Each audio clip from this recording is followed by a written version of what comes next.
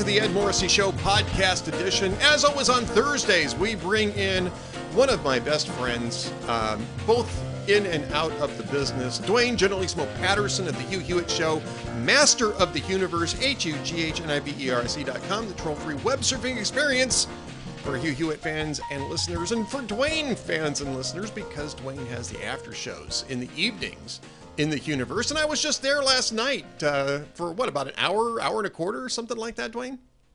About that. Fans. Duane fans? Duane fans.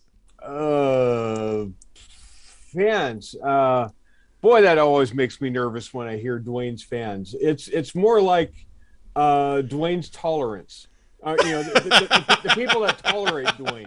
That's not true. You've got a solid group of loyal fans, viewers, listeners in the after shows. I interact with them all the time. They're great. And some of them are also fans of this show. So welcome to everybody who's in both camps there.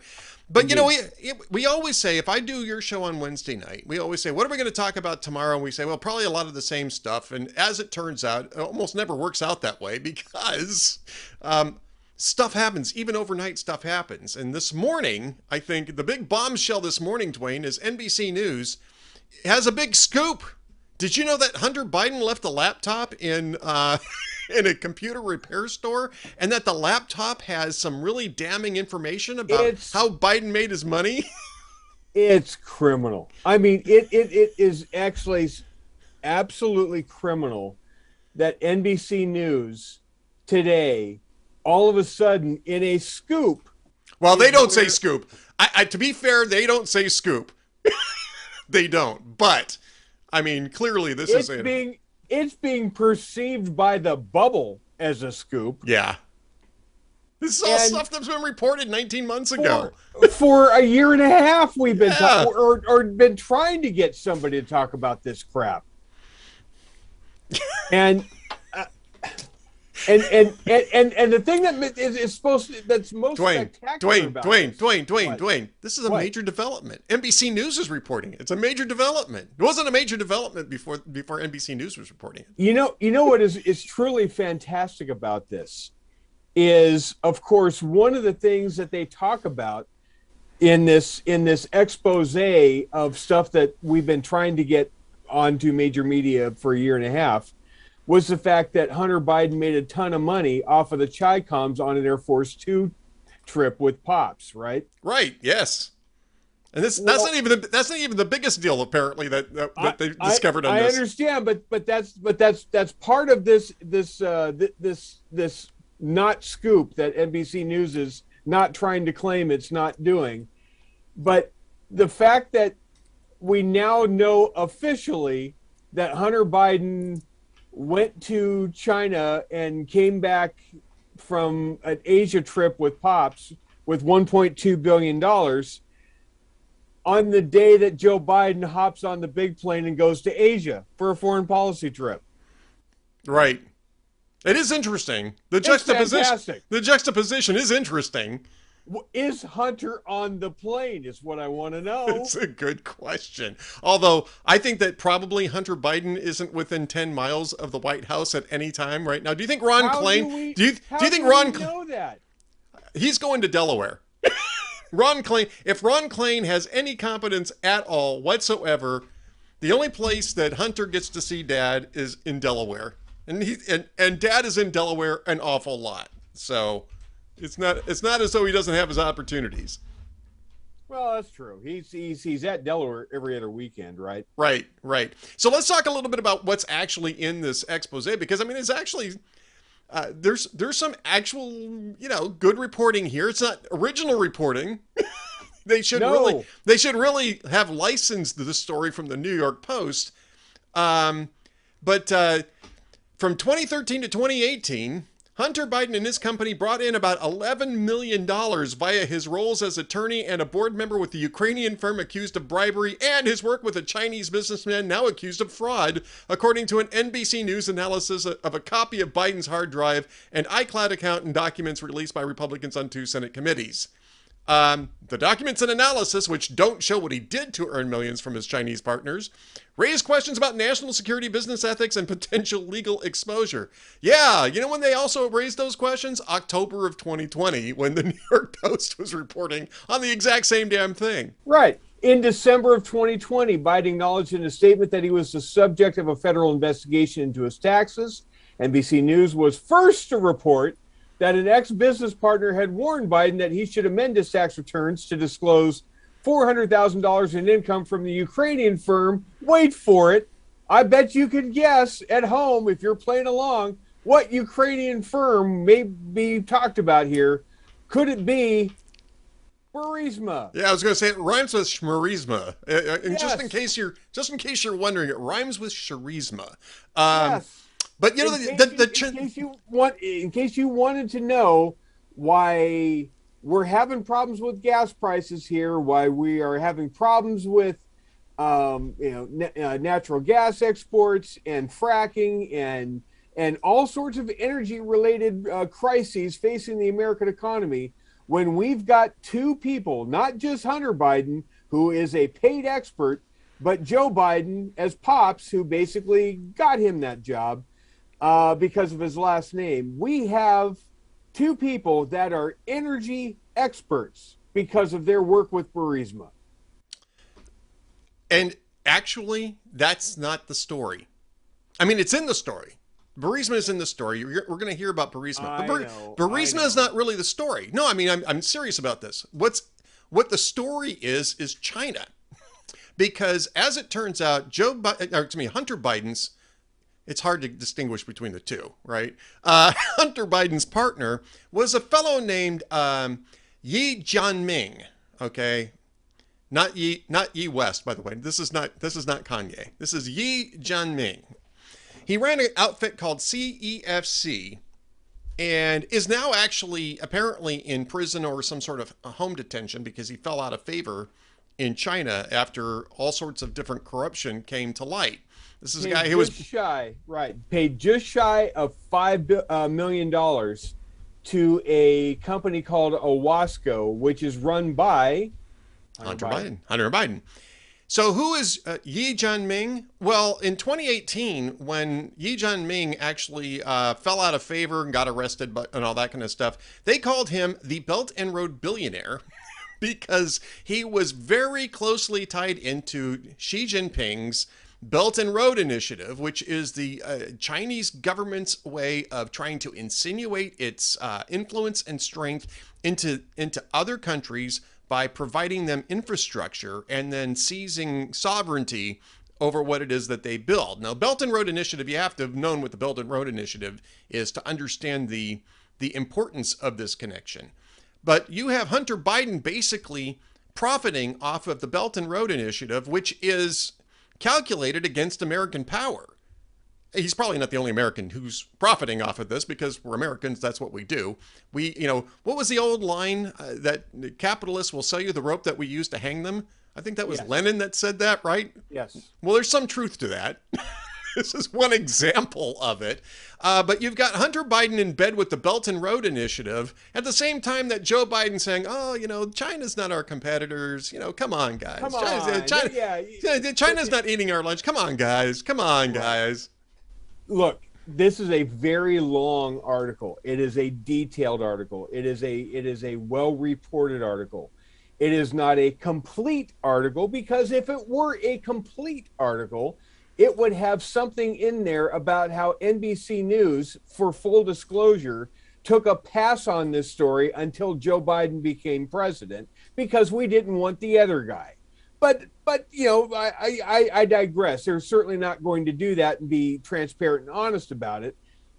But that's why they took a pass on the story to begin with. But after all the detailed reportage in this story, you can basically sum it down to the takeaway tweet.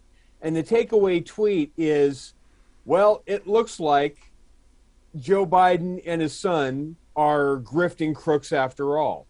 Because that's what this is, right? Right. And I mean, as I say, I have a post that by the time this podcast goes up in the afternoon, it'll have been up for a little bit.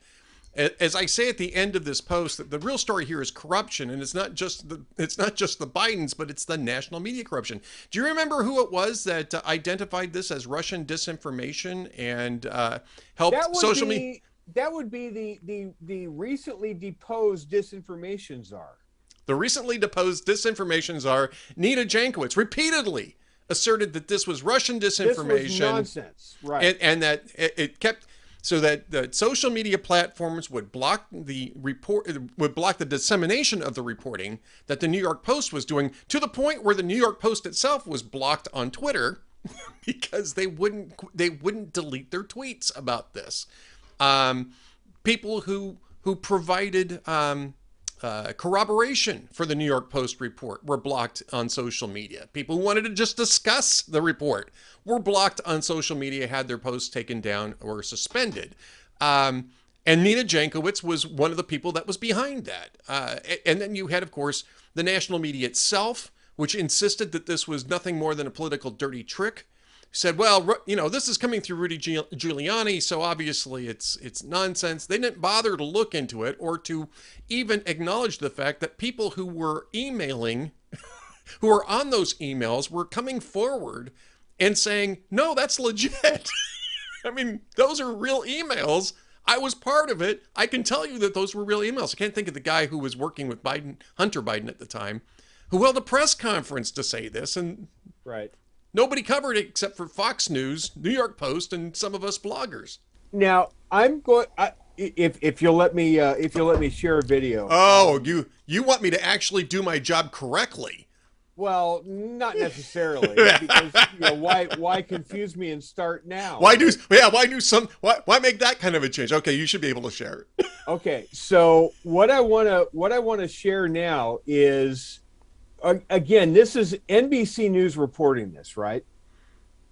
Now, how long do you saw the length of this story, right? Yes, it's a fairly long and detailed story. Yes. How long do you think it took them to write that story? How long was Tom Winter et al. In all of his co-byline people at NBC News? How long did it take them to actually draft? Go through the editing process and drop this story. Take a guess. 19 months. I mean, okay. Honestly, 19 months, right? I understand that because, well, they copy pasted from the New York Post, right? Right.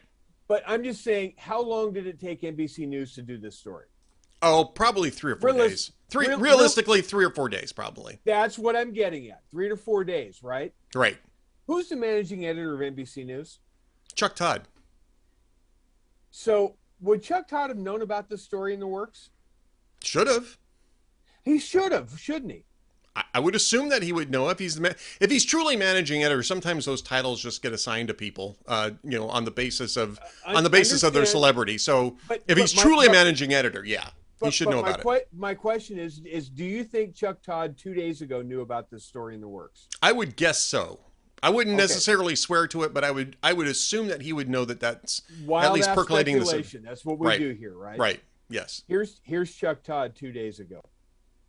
Well, Garrett, look at the way the right tried to weaponize the idea that the DHS was going to essentially try and attempt to monitor hateful rhetoric, right? They want to make it seem as if it's some sort of big brother, and it's like this is always what the right does to appease the white supremacist movement by saying, hey, free speech.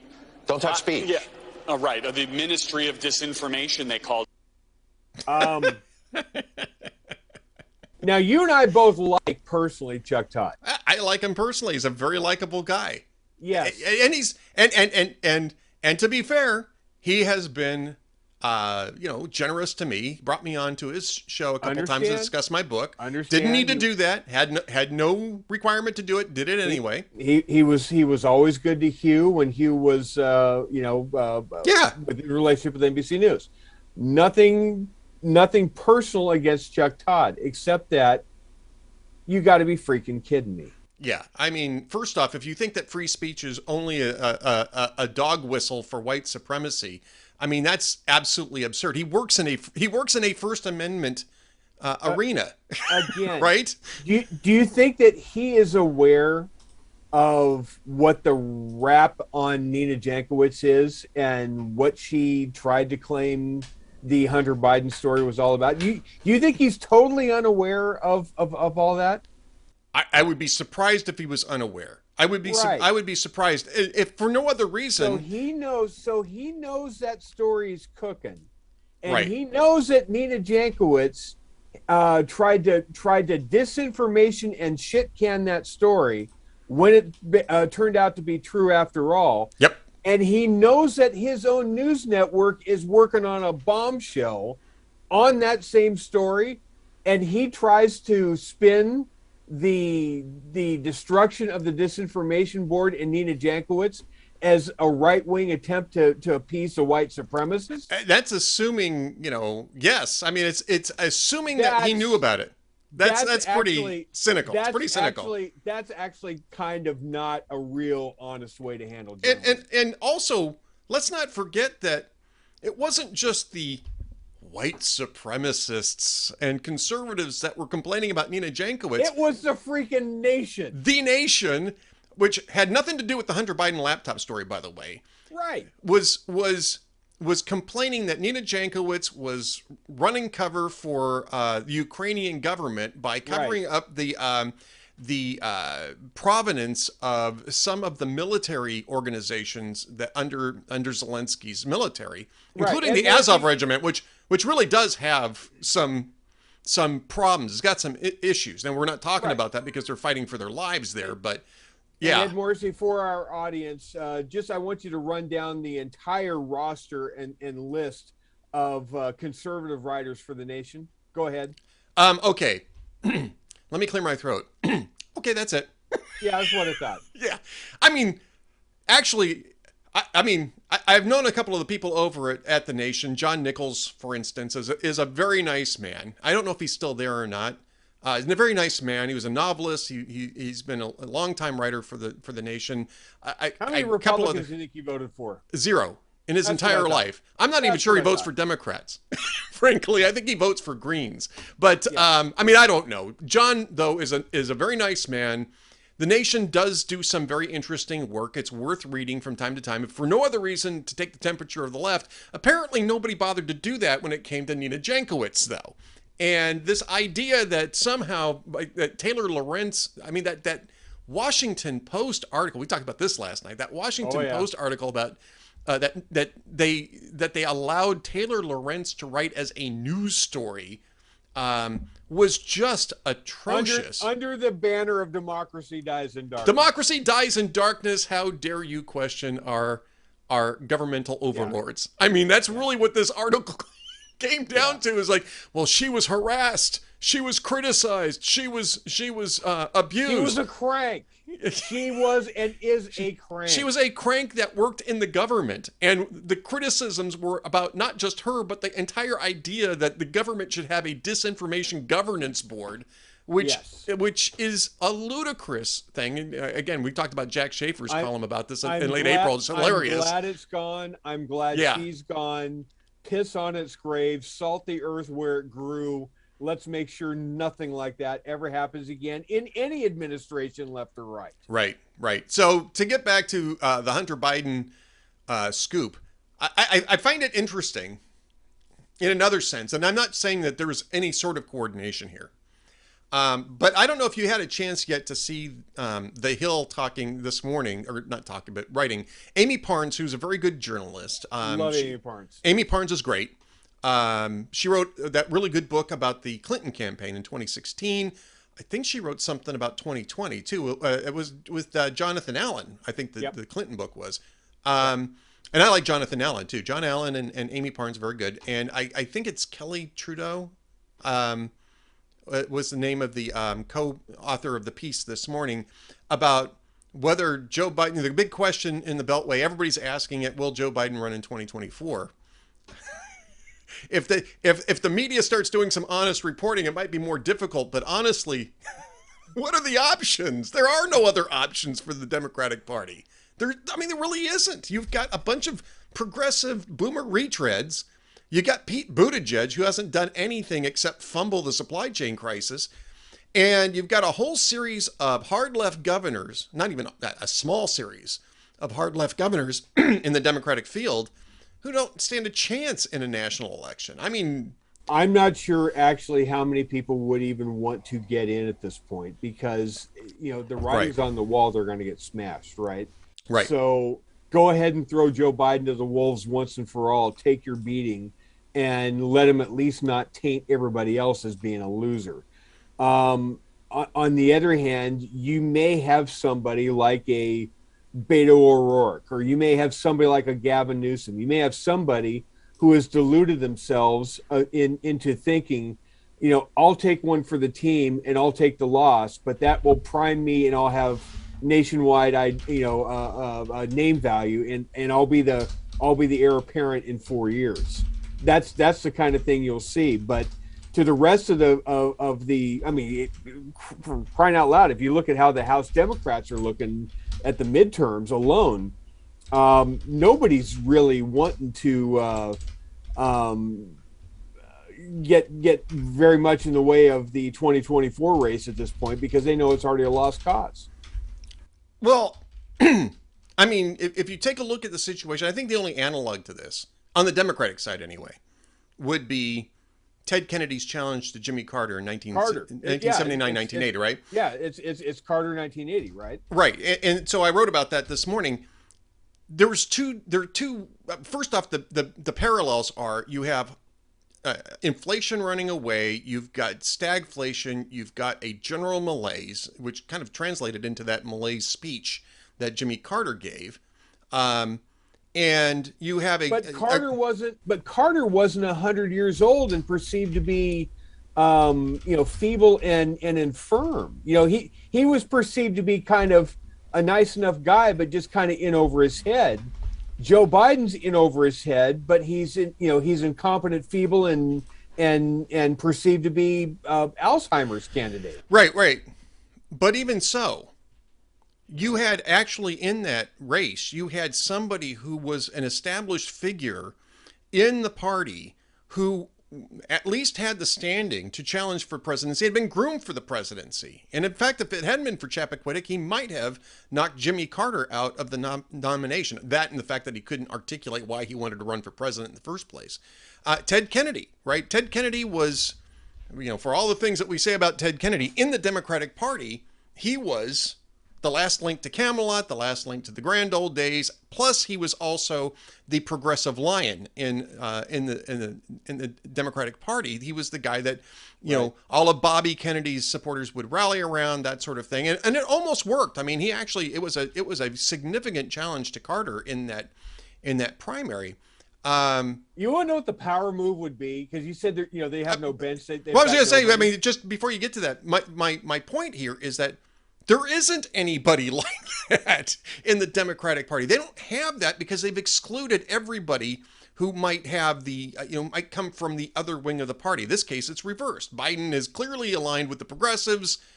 So they need somebody to come out of, outside of Washington who can talk about who can talk to rural voters, talk to suburban voters, be more moderate. And they don't have anybody. There's one person I would suggest, but you go with your point first, and I'll get back to that.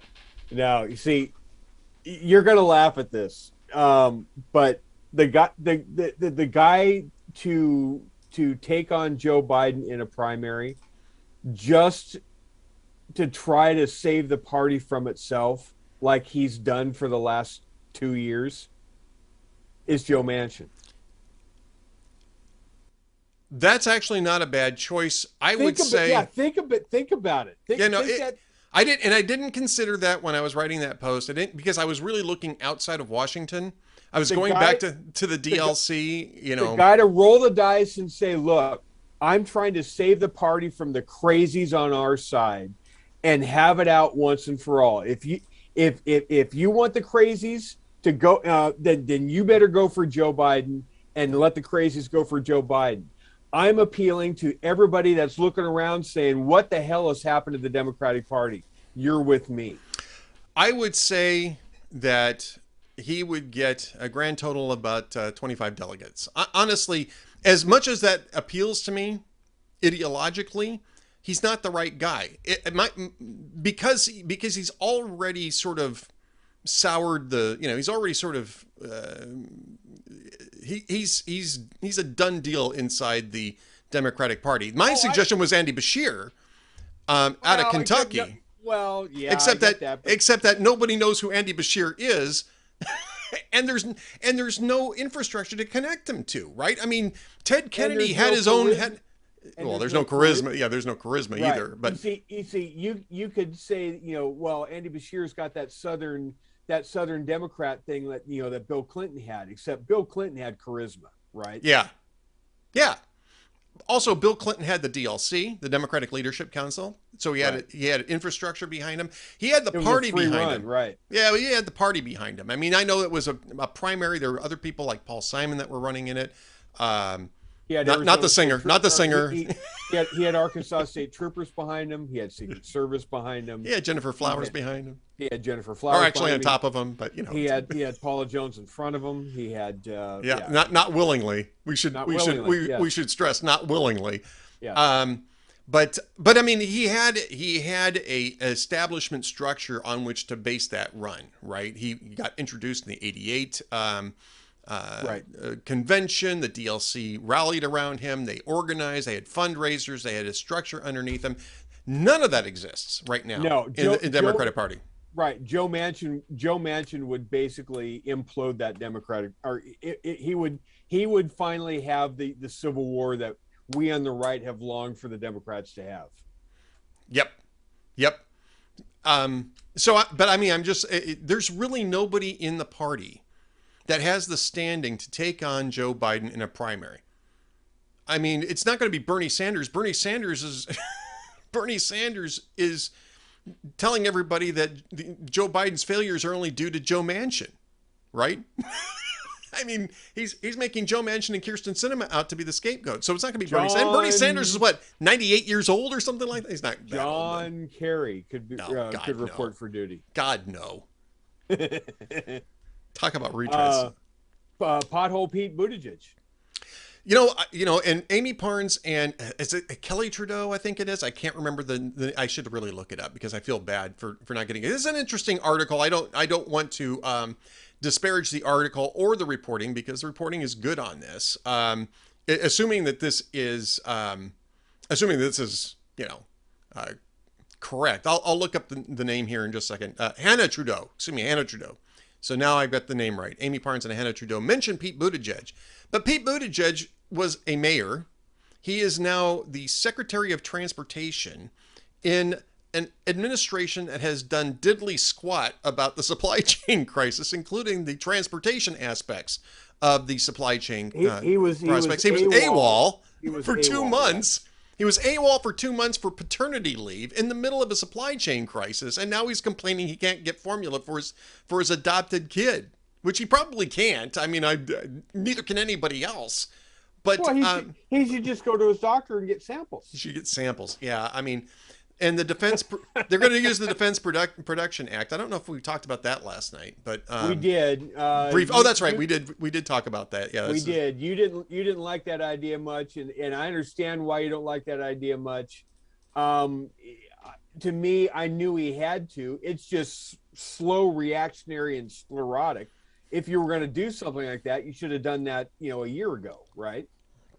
Or at least in October when the New York Times started reporting on it. I mean, or January when the Wall Street Journal started reporting on it. I mean, this is way too little, way too late. You're going to get more formula in just simply from dropping the tariffs and the regulatory barriers to European and Canadian made formula. You're going to solve the problem long before the DPA does anything in this.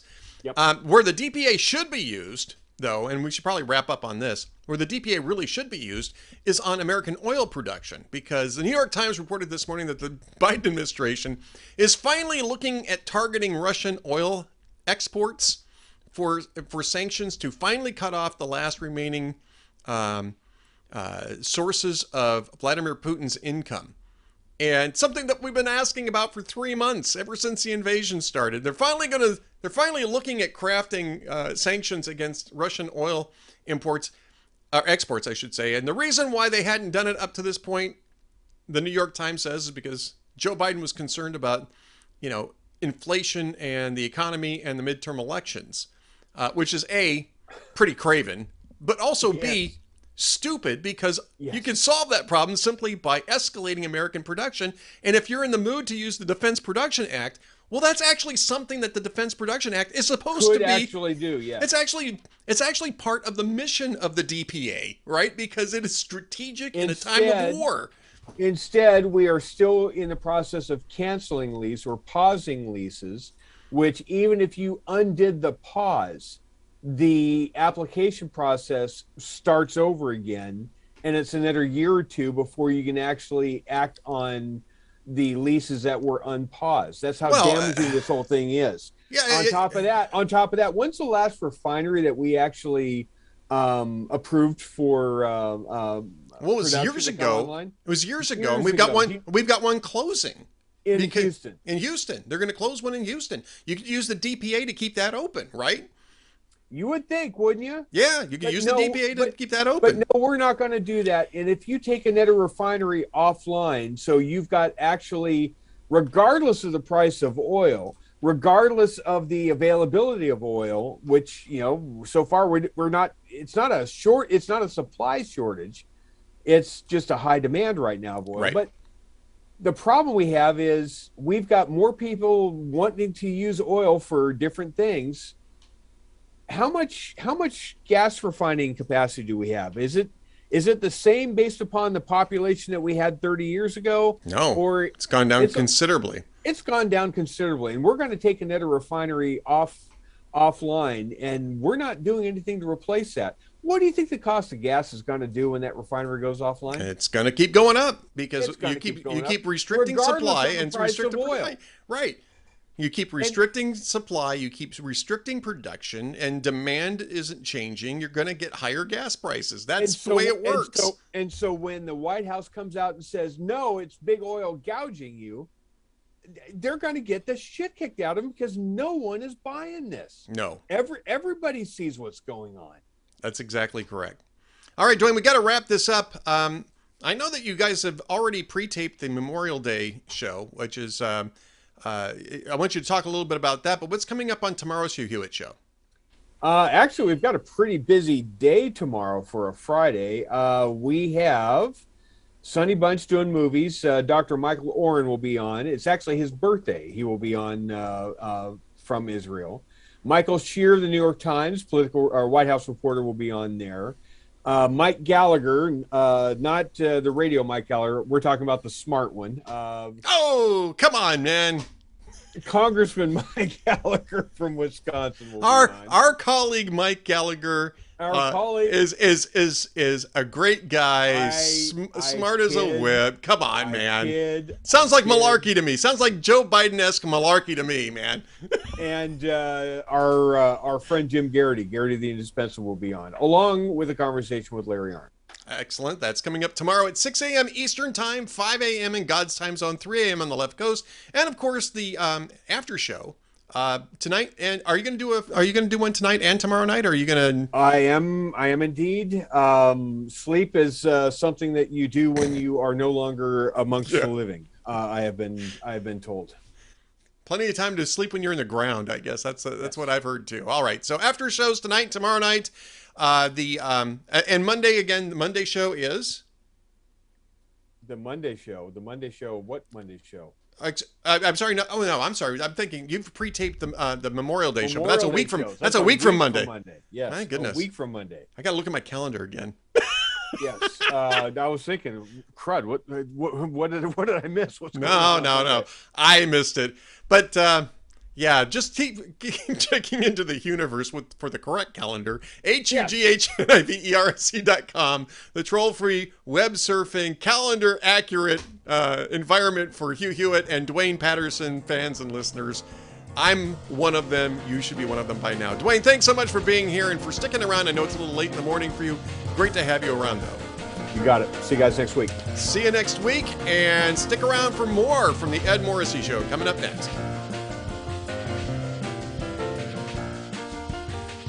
Welcome back to the Ed Morrissey Show. I am absolutely delighted and honored to introduce back to the Ed Morrissey Show one of my favorite figures in politics, media commentary, Bernard Goldberg, who is the author of the seminal book Bias, which is still available, by the way. So go out and buy it if you haven't done it. He is now the proprietor of a very successful Substack, bernardgoldberg.substack.com.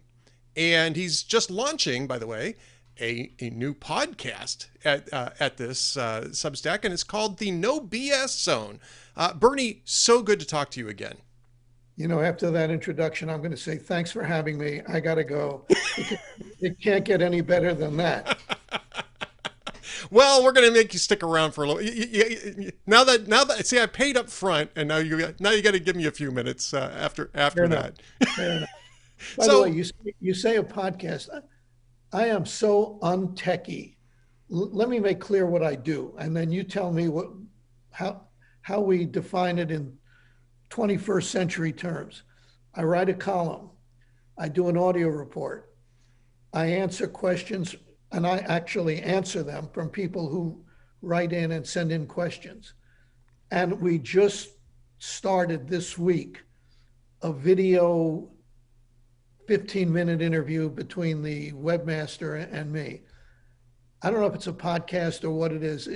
I'm a journalist, and I write about and I talk about politics, the media, and a lot about the American culture and how it's changing, and in my view, not for the better. Right.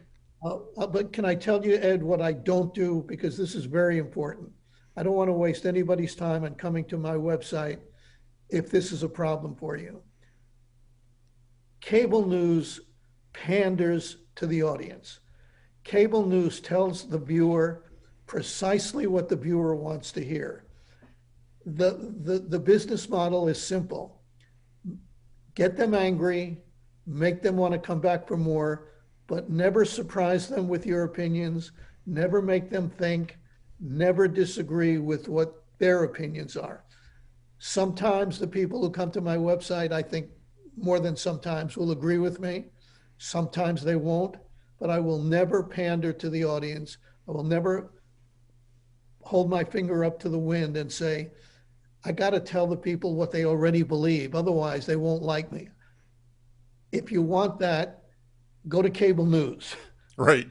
Because I have too much respect for the people who come to me to pander to them. Anyway, that's my spiel, and I am all yours. Well, and Bernie, Main, I think that just makes you a person of integrity, right? A reporter and a host, a columnist, an author of integrity. And I think that your entire career has demonstrated that. And I mean, you've been on television in a number of different ways. I mean, you've been on the beat reporter. You've been show host or show co-host. I mean, so you know the ins and outs of this. And I think that, your career, and not just you, I mean, I don't want to sell everybody short here. There's a number of people whose careers really speak for their integrity. Even if I disagree with them, even if I think they get things wrong from time to time, there's still people of integrity, and or at least trying to be people of integrity. We're all, we all fall short from time to time, but I agree with you in the main, on cable media. And I would say maybe even more so, maybe it's that may be more broadly applied to media in general, because most of the stuff that we see is really being micro-targeted in a sense to the people who, singing to the choir. You're basically singing to the choir. It is more than cable. You're right.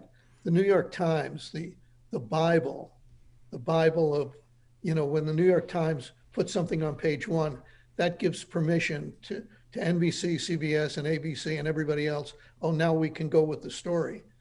And more, because they're subscription based, they're not offending their audience either. They make sure that their opinion pieces coincide with the views that are being brought to the New York Times. Right. So you're right. You're right, Ed. It's not only cable. They just annoy me more than most, but but it's not only cable. I think cable is more designed for it, though, right? I mean, I think what you're seeing in broader media is the evolution of these journalistic institutions, which always had biases. I mean, this is something you cover in your book, Bias.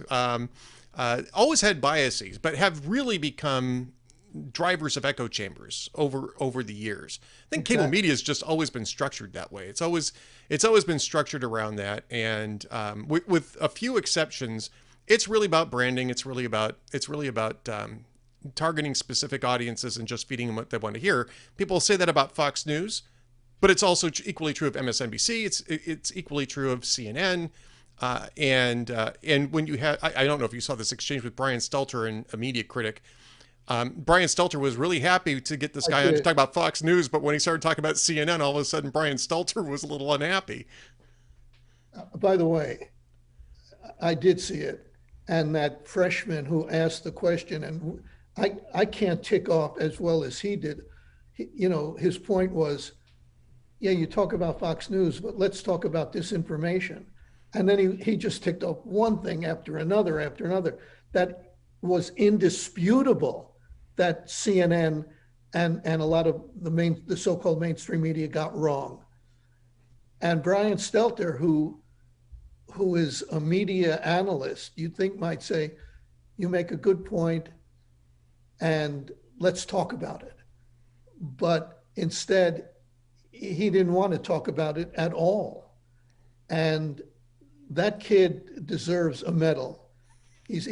When I was a freshman in college, I was still spitting on myself.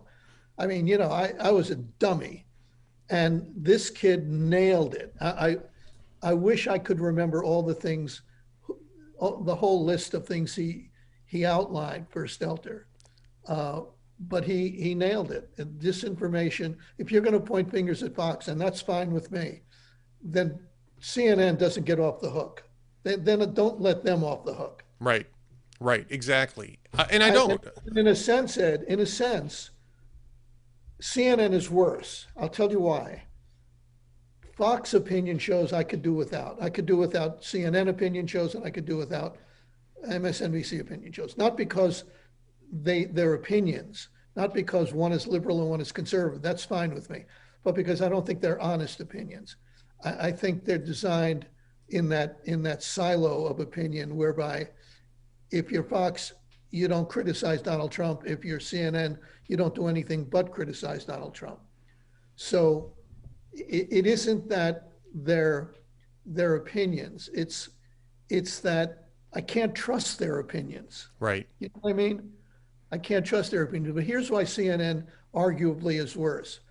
They pretend to be a news operation.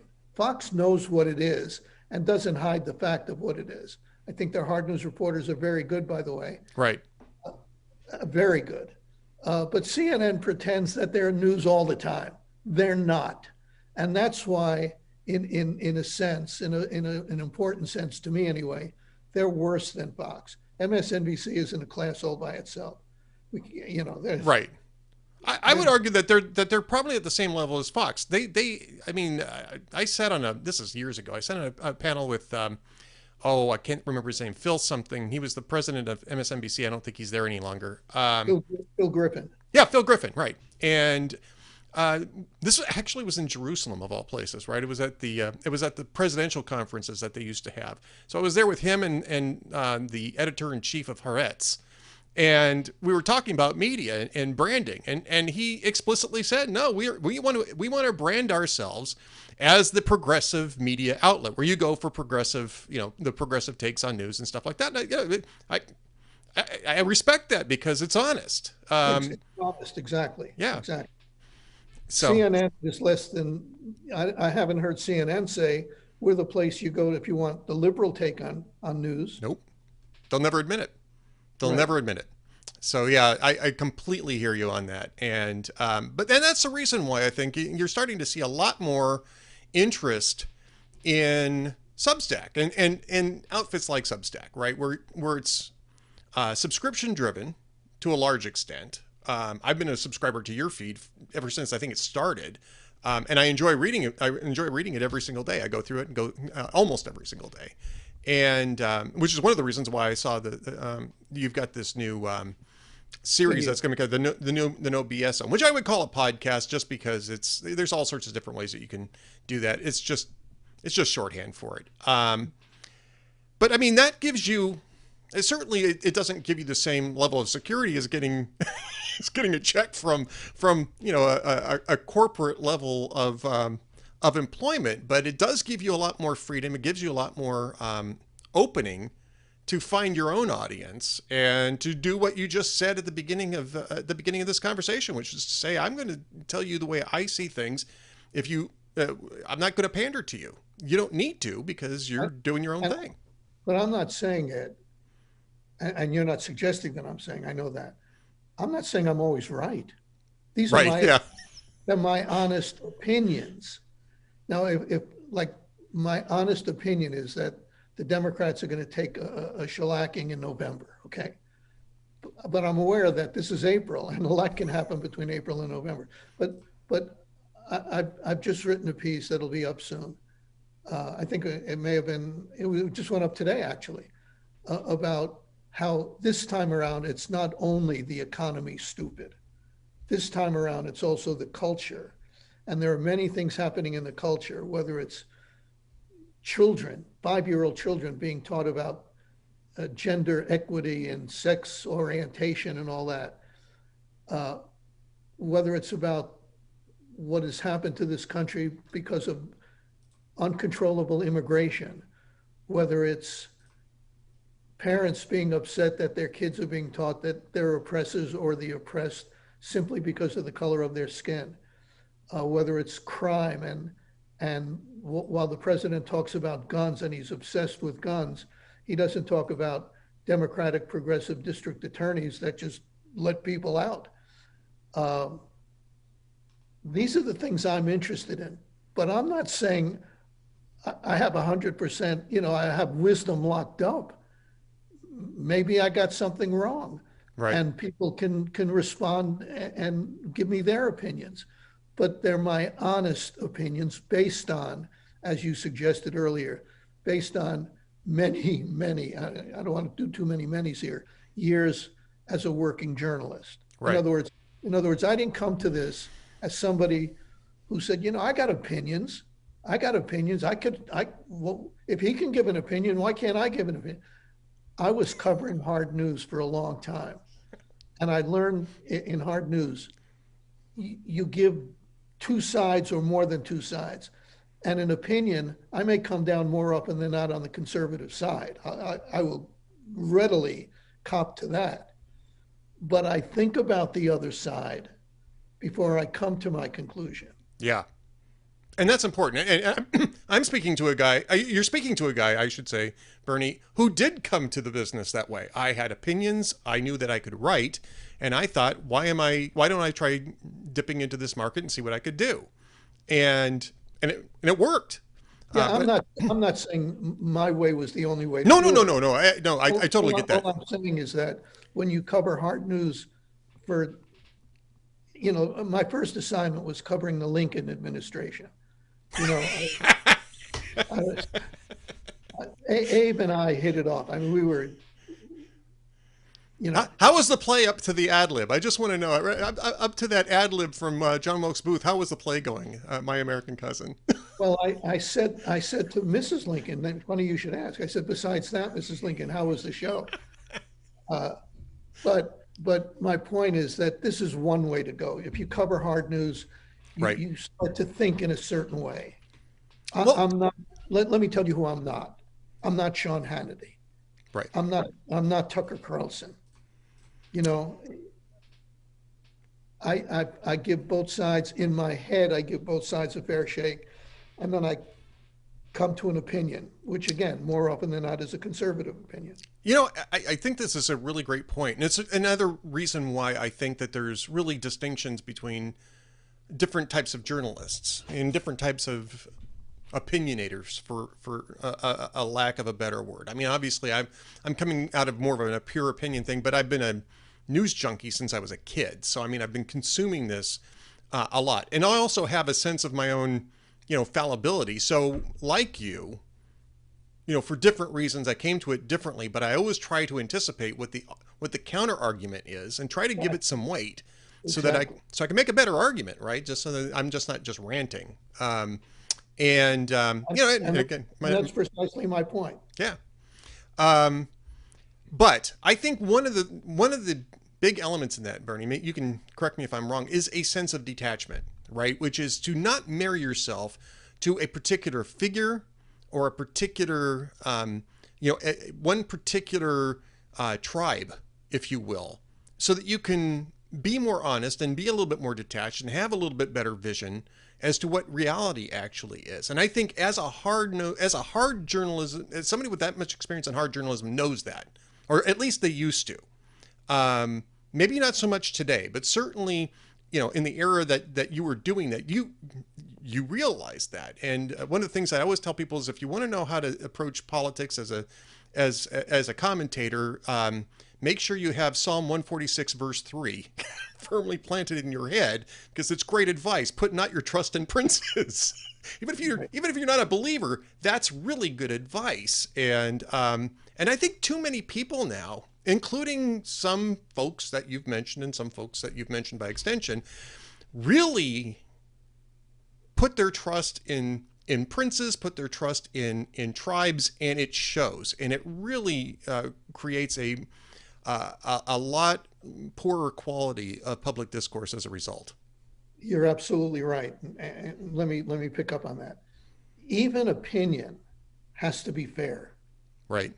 Even we know that hard news has to be fair, but even opinion has to be fair. So if you're going to criticize, let's do real names. If you're going to criticize Donald Trump for doing something, and then Joe Biden does the same thing, and you make believe it didn't happen, that's not honest. And if you're going to criticize Joe Biden for doing something, but you're not going to criticize Donald Trump for doing the same thing or something close to the same thing, that's not honest. And that's where people have hooked up with princes and princesses instead of with philosophy, with principles. And that's why I'm not a fan of opinion journalism today, because, as I say, even opinion journalism has to be honest. And I don't think it's honest when you pretend that this guy is bad all the time and your guy is good all the time. And when your guy does the same thing that the other guy did, you just ignore it. And real life example, CNN, and I hinted at this earlier, CNN cannot get enough of bashing Donald Trump. There's a reason for this. And Fox can't get enough of making believe Donald Trump isn't a bad guy at all. And that's because, and this gets back to what we were talking about earlier, that's because cable news isn't a journalism model. It's right. It's a business model. And it's a brilliant business model. Give the customer what he wants or what she wants. Never offend the customer. Well, that may be good for business. Actually, it's not good for business because people are fleeing even cable news in record numbers. I put out a tweet recently and I said, I'm confused. If almost nobody is watching CNN right now, why do they want to pay to see more of it? You weren't confused. You weren't confused. CNN was confused. I couldn't. Yeah, that's a good point. I couldn't figure that out. And so even this pandering doesn't work. CNN, to be successful, needs Donald Trump out there every day doing something outrageous. And Fox needs Joe Biden not being able to finish a sentence. Yeah. This is what I don't like about it. Yep. I'm not a fan of Joe Biden, but I'm not a fan of Donald Trump either. We're in the same spot. You and I are in the same spot. And while I'm like a lot of other people who say it's not Donald Trump's policy so much as Donald Trump himself. You know why I don't like Donald Trump? And here's where I risk losing a part of your audience, but bear with me.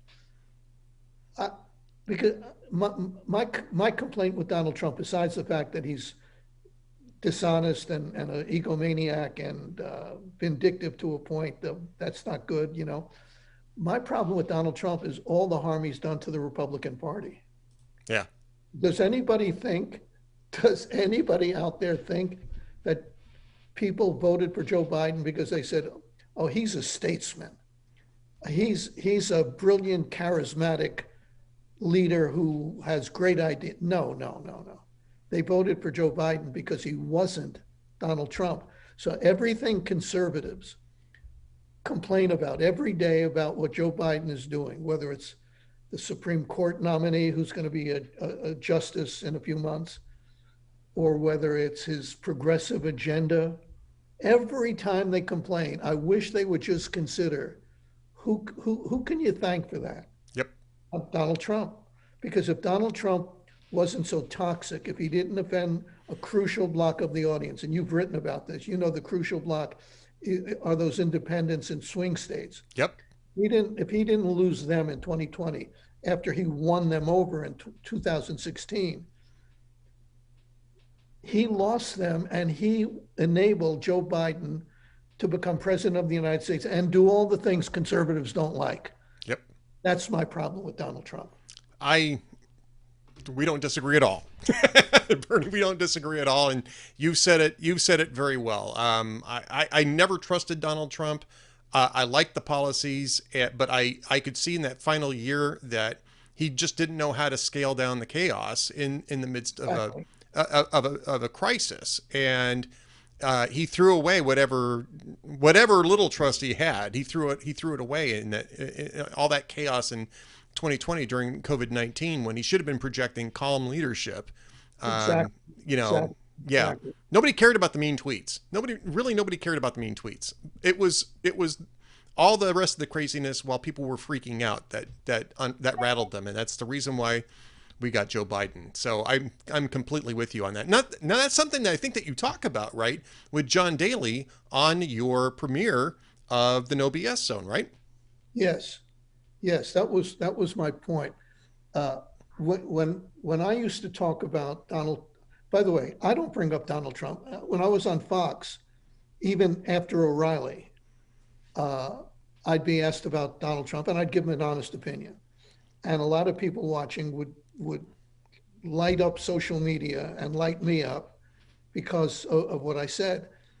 And I said to Daly, who's the webmaster and a very bright guy, I said, John, whenever I mention the name Donald Trump, there's a lot of reaction.